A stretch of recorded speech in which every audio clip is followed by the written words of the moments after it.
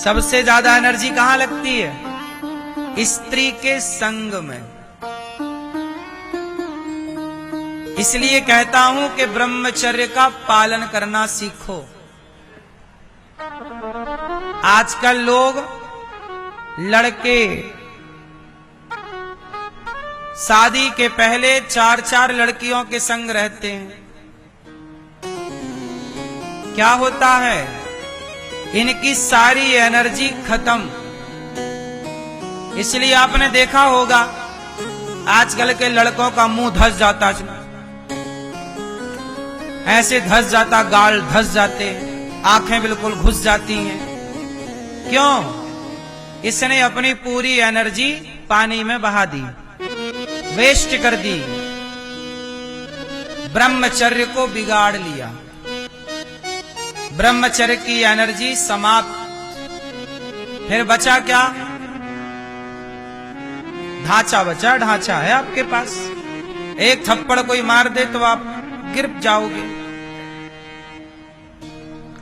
चुसा हुआ आम नहीं होता? चुसा हुआ आम, ऐसी हालत हो जाती है। इसलिए अपने बेटों को ये बात बताओ कि बेटा ब्रह्मचर्य क्या है। ये ब्रह्मचर्य केवल पुरुषों के लिए नहीं होता, स्त्रियों के लिए भी होता। स्त्री भी ब्रह्मचारी बने, पुरुष भी ब्रह्मचारी बने। भोगों का भोग विलास में मन कम लगाइए। अपनी एनर्जी को, कहते ना हमारी नाभि केंद्र बिंदु है। हमारे शरीर का केंद्र बिंदु क्या है? बोलो। नाभि। हमारे नाभि के नीचे जो एनर्जी जाती है ना, उसी को वासना कहते हैं। और नाभि के ऊपर जो एनर्जी आ जाती है, उसी को उपासना कहते हैं। नाभि के नीचे जो एनर्जी चली गई, उसे भोग कहते हैं। और नाभि के ऊपर जो एनर्जी आ गई, उसी को योग कहते हैं। जिसे सांख्य योग कहते हैं, ज्ञान योग कहते हैं, भक्ति योग कहते हैं। आजकल मन नहीं लगता। मन ना लगने का कारण क्या है? ब्रह्मचर्य की शक्ति नष्ट कर लेने से मन अशांत हो जाता है। भाई ये बताओ कि गन्ने के डंडे से रस निकाल लोगे तो क्या बचेगा? बस वही है। बुढ़ापा क्या है? रसहीन है। वही गन्ने के डंडे की तरह, रस खत्म, बुढ़ापा।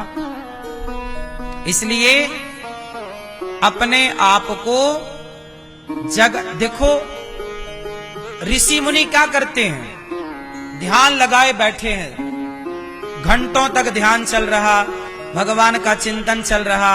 क्यों? आपको पता है आंखें खोलने में भी हमारी एनर्जी वेस्ट होती है। पता आपको? भाई आंखों से जो देख रहे हो, ये भी तो एनर्जी ना वेस्ट हो रही है हमारी। हम सुन रहे हैं फिजूल की बातें, एनर्जी लग रही है। अच्छा ये बताओ, सच बताना, जरा ध्यान में बैठो और अपने दिल में हाथ रखो तो दिल धीरे धीरे धड़कता है। धक धक धक धक धक। बोलो हाँ।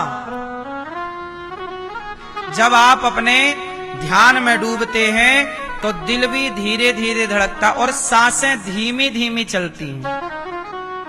अपने आप आपकी सांसें कैसी होती हैं? बिल्कुल धीमी। श्वासों पे कभी नजर रखना सीखिए। सांसें बिल्कुल धीमी हैं। एनर्जी कम से कम खर्च हो रही है ईश्वर की आराधना में, और मिल भी रहा है परमात्मा का साक्षात्कार, अनुभव, दर्शन। और आप देखो, सांसारिक भोगों को भोगते ही आपकी सांसें गहरी चलने लग जाती हैं और आपका दिल धक धक धक धक धक धड़कने लग जाता है।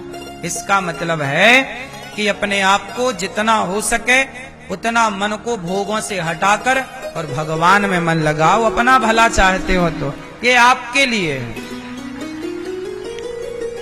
जो जितना अधिक भोगी होगा वो उतने जल्दी मरेगा।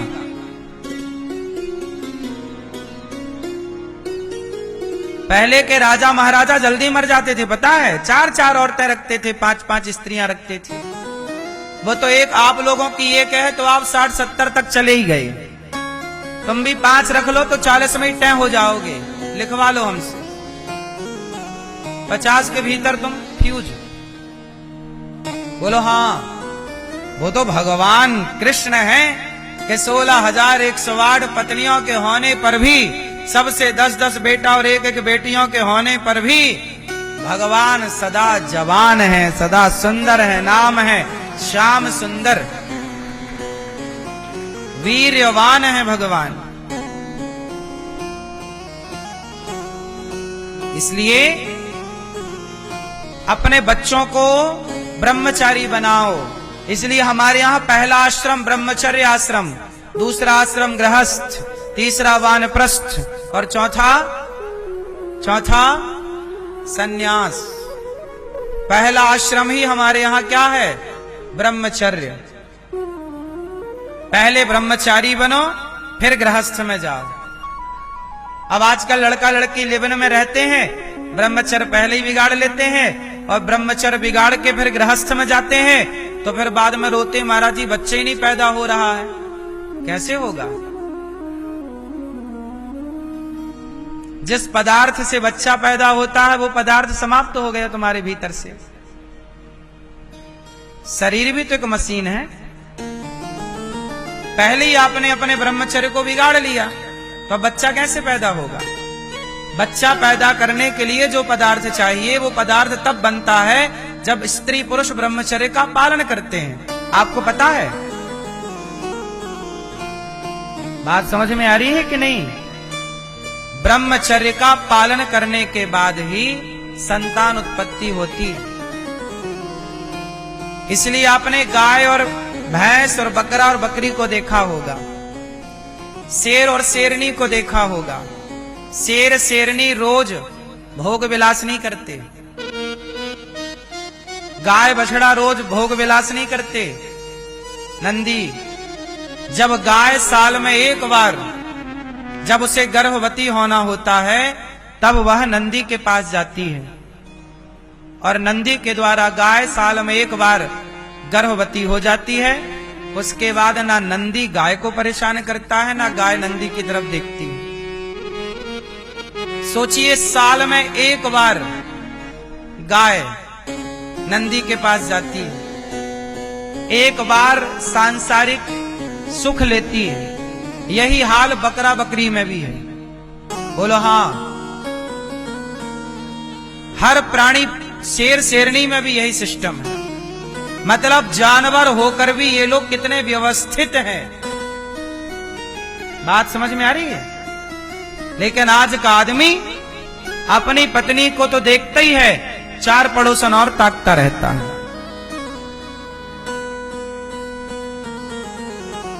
उसका पेट नहीं भरता। इतना भोगी आज का इंसान कि जहां वो देखे वो उसी नजर से देखता है। इतनी गंदी नजरें हो गई हैं। अरे भैया, अब तो तुम्हारी शादी ब्याह हो गया, अब तो अपनी पत्नी में लगो। नहीं, अभी भी वो ताकता रहता, सामने वाली खिड़की में एक चांद का टुकड़ा रहता है। अभी भी उसे सामने वाली खिड़की में चांद दिखाई पड़ रहा है और खुद की चांद निकल आई। खुद की चांद नहीं दिख रही उसे